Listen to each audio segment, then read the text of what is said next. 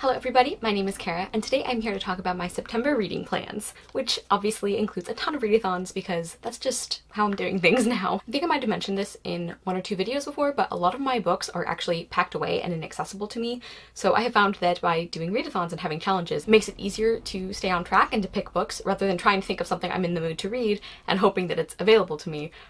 If I can think of a challenge and then I can find a book that fits that, it just like works better for some reason. So anyway, so I'm participating in the T-a-thon, the Vaultathon, the LatinxLitTakeover, which is kind of a combination of a few different readathons, and Sobathon. And I'm also throwing in a few science fiction books that are kind of unofficially taking part in Tome Infinity and beyond, but not really. The host was just so lovely when I asked about like just kind of semi-officially participating, so I'm not doing the sign up or anything, but I'm just kind of using this as an opportunity to read some of my science fiction books that have just been sitting on my shelf for ages because I'm really bad about picking them up for some reason. So let's talk about T-a-thon first, and of course, as with all of my reading plan videos, all of the information on the hosts and the dates and everything of the readathons will be in the description box.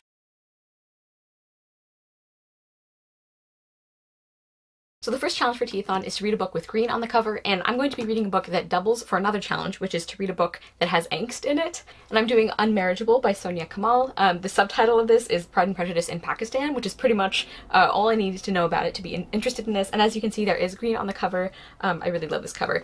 And I think any adaptation of Pride and Prejudice, it has to have angst because like Darcy and Elizabeth, like one of the founding couples for angst, so I think this is going to be great. The next challenge is to read a book that has a hot cover on it, and I honestly could have picked Unmarriageable for that, but I'm also going to do Monstrous, Volume 1, Awakening by Marjorie Liu and Sana Takeda. And I'm going to be using this for another challenge you'll see in a minute, but I have heard wonderful things about this. I don't know too much about it really, but the art is beautiful, and it's like cyborg people, I think. I don't know, I think this is sort of a combination of science fiction and fantasy. I'm not sure, but I've heard it's also really dark, so I'm interested to see how this goes. The next challenge is to read a book that will make you happy, and it took an embarrassingly long time for me to think of one for this. Apparently I've just bought a lot of intense or sad books recently, but I finally found one that I'm excited to read, and that is Hungry Hearts, and this is a story anthology edited by Elsie Chapman and Caroline Tong Richmond. It has S.K. Ali and Marie McLemore, a few other people that I recognize, so I am really excited about this. This is a collection of short stories that focuses on food and family and like romance and just like how food interacts with culture and with relationships with people, which sounds right up my alley. I also love this cover. The next challenge is to read a book that has flowers on the cover, and I actually have another short story collection. Who am I? That is Desires and Dreams and Powers. This is collected stories by Rosamund Hodge. She's written a couple of my favorite books, like Crimson Bound is one of my favorite novels of all time, even though I know a lot of people don't like it, which I get. But I have been I was so excited when I heard that her online short stories were going to be bound up in this physical copy, and she was very like upfront about like there's no new content, this is just the stories you can read online, but it saves you having to go and search them and find them. And I was really happy to have an opportunity to get all of them in one place, and I'm actually going to link in the description box the first short story I read from her that sort of like changed my world as far as the short story format goes, because I still have issues reading some anthologies and things like that. They don't always work for me, but that was the first short story I read that actually brought me to tears. I forget what it's called. It's something about a star, I think. I think it's the one called Cut Her Out in Little Stars, and it's available to read for free online, and I just thought it was beautiful, so I'm gonna link that. Please check it out if you have any interest. But even if you're not like a short story person, I think you could enjoy it, because I'm not really a short story person either, and yet she has written some amazing ones that I have loved. So anyway, this has flower petals on the cover, and I'm really excited to get to that. Next challenge is to read a book that you've been putting off for too long, and that definitely applies to this one. I'm actually going to be buddy reading this one with my friend Huck from Badger Reads, and that is The Girl in the Tower by Catherine Arden. This is the sequel to The Bear and the Nightingale, which I was not the biggest fan of when I read it, but I have heard that the second book is very different, and I do want to give it a chance. I want to kind of see if the second book makes it worth continuing. Huck and I are both kind of apprehensive about this one because neither of us really liked The Bear and the Nightingale, but we're happy we're going to be reading it together so we can exchange thoughts, and if we don't like it, at least we have someone to complain to about it. And another challenge is to read a book while drinking tea, and I could use any of those for that one. I just realized this light is super blue or cool, so I look even paler than usual. I'm sorry if you're blinded by my ghost face. Okay, now we're gonna run through some of the science fiction books that I have pulled. Monstrous also falls into that category, but I have a few others that I want to use like this Tome Infinity as kind of a motivator to pick some of these up. Some of them I have had on my TBR for ages, and I just have not read them. Another thing I think is so cool is that it's really about reading science fiction that takes place on different continents or in different countries, or that are from authors from different countries. So really having a really diverse perspective of science fiction, which I think is really cool, and I did try to pick some of my TBR that way. So one of the challenges is one sitter, and that is to read a book, I think that's like 150 pages or less. And I am kind of cheating a little bit, but that's fine because I'm not really participating officially in this readathon anyway. And that is the third Binti novella, The Night Masquerade. I think this one is just over 150. I think it's like 160 something. But I meant to finish this series a while ago and I still haven't. And I've really enjoyed both of the novellas so far, so I do want to get that done. And this is an African science fiction. I believe it takes place in Namibia, and it draws a lot from the Himba people. Another challenge I'm using is to read a tome, and that is 500 pages or more.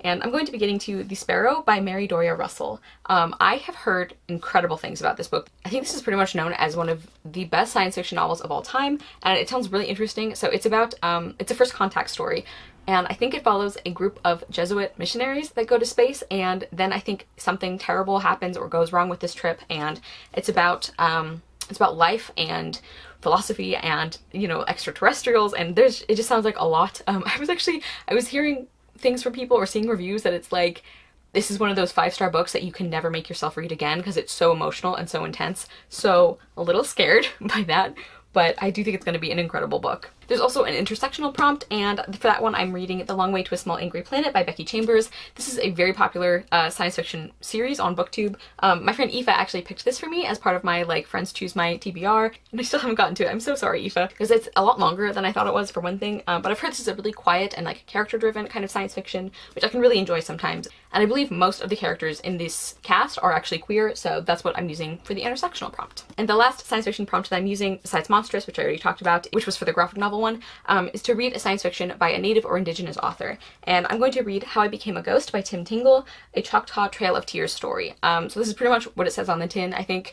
And I know this isn't quite science fiction, but I think like the main character is a ghost, and I think like sci-fi and paranormal overlaps a little bit in some of the Tome Infinity prompts, so that's kind of what I'm going to use for this. But I've really been excited about reading some of Tim Tingle's work ever since the middle grade magic readathon, which I hosted. I think Elizabeth Tyree is her channel name. She posted a TBR where she talked about him as an author, and I was just very intrigued, so I picked this up. Next we're going to talk about Sobathon really quick, because despite being a very emotional reader, I tend to procrastinate emotional books, or ones that I know are going to be really intense, and so I'm doubling up on a couple of these prompts too. One of them is to read a book that makes you nostalgic, and the other is to read a book with blue on the cover, and I'm using the same one for both, and that is The Secret Garden by Frances Hodgson Burnett. This is one of my favorite books of all time. It's one of the ones that got me really excited about reading, and I haven't reread it in a while, so I'm really excited to, and it definitely makes me feel nostalgic. Another challenge is to read a book that you've been putting off for so long because you know it's going to make you emotional, and I'm actually doing one that I've technically been currently reading since February, and that is Daughter of the Forest by Juliet Marillier. Now I know this is an incredible book, everyone talks about how good it is, but I know that it gets really, really intense and upsetting and just very emotional later on. I have made like a good chunk of progress, I guess, but I haven't picked it up in a couple months because I can tell we're getting to the point where it's going to get really dark. So I want to at least make progress on this one. I'm not saying I'm going to finish it during the readathon, but I at least want to make a dent in it. And then another challenge that they added this year is to read a book where one of your major identities is represented, and that can be a multitude of things: race, ethnicity, sexuality, etc., etc. There's a lot of options for that, and this actually worked out perfectly because I had already picked this book for another challenge, and then I realized I could use it for this one too, and that is The Sparrow by Mary Doria Russell, because a lot of the main characters are Catholic, and I am also Catholic, and I feel like I do need an extra reason to pick this up because of how emotional I've heard it's going to be, so counting it for multiple readathon challenges might be the way to get me to read it. And the last group of books I have is for the LatinxAthon and the Latinx Book Bingo, which have kind of joined forces with the Latinx book club, and the hashtag they're using is LatinxLitTakeover, and all of these books also counted for the Vaultathon prompts as well. So the first book I want to read is Classic Beauty, The History of Makeup by Gabriela Hernandez, and this is actually a present from my lovely friend Yvette from Book Cave, who is one of the co-hosts actually, and I am so excited about this. You guys know I love makeup and like the history of beauty and the politics of that and how that works.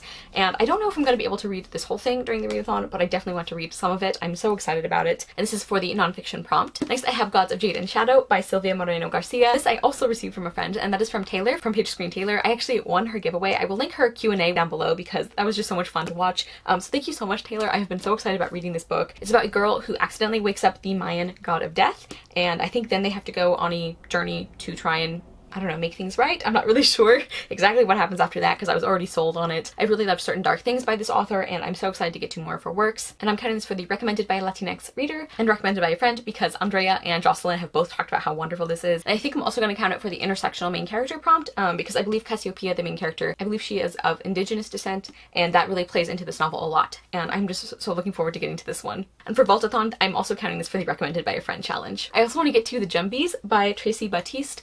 This is a middle grade kind of horror novel, I think, or like at least a creepy kind of spooky one. I'm hoping that middle grade horror is something I can handle. This is actually based on a Haitian folktale, and I have never heard of anything like that. I've never read a retelling of a story from Haiti, so I think that's going to be so wonderful. I'm counting this for the Afro-Latinx main character, on-cover rep, the voices prompt, and then also the dynamic friend group prompt for the Vaultathon. I also want to read through The Evernight by Veronica Rossi, and Veronica Rossi is actually of Brazilian heritage, I think, or at least part Brazilian. And this is the second book in a sci-fi / dystopian series. I really enjoyed the first book, but I'm actually counting this for the out of my comfort zone prompt because I don't read a lot of sci-fi or dystopian, so I just, like, I haven't picked up the second book even though I really enjoyed the first one. And I'm also counting this for the heritage prompt, and then for Vaultathon, I'm also counting it for the unlikely hero and futuristic setting. And finally, I also want to get to The Weight of Feathers by Anna Marie McLemore. This is the only McLemore book I have not read yet, so I'm a little sad that if I do read it this month, it means I won't have another book by her until January of next year.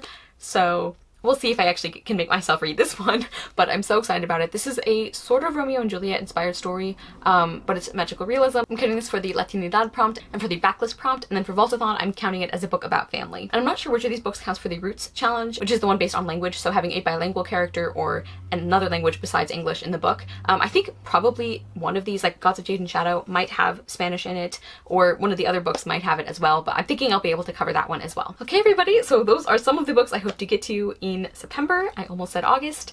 It's a lot, but I'm just gonna kind of pick up whatever I feel like from this pile of books. I'm really excited about all of them, really, except for a couple that I am using this as an opportunity to motivate myself to read. I'm giving myself permission to swap things in and out as I want to, because that might happen as well, as usually happens with readathon TBRs for me. So let me know if you guys are participating in any of these readathons, or if you've read any of these books and enjoyed them. Thank you guys so much for watching. I will see you soon with another video, and I hope you love the next book you read. Bye!